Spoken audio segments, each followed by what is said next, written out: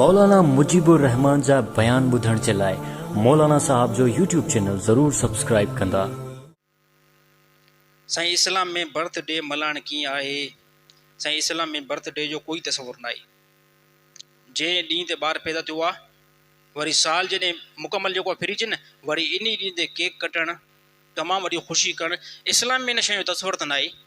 न साहिबनि खां मिलियो ऐं न ई अलाह जे नबी जी ज़िंदगी खां मिलियो, न ई इहो मैसेज क़ुर खां असांखे मिले थो, बल्कि इहा पैरवी कंहिंजी आहे? गैर मुस्लिमनि जी इहा पैरवी आहे।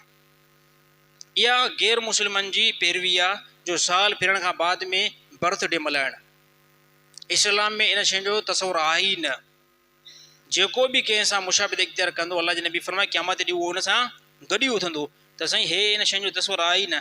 पुटनि जी कंदा आहिनि न घणा माण्हू, पुट खे साल पूरो थीजे या अहिड़ी तरह धीउ खे पूरो साल थी वियो न त इन खां बाद में वरी वॾा केक कटिया वेंदा, हे हो साईं इन जी बर्थडे आहे। न करणु खपे।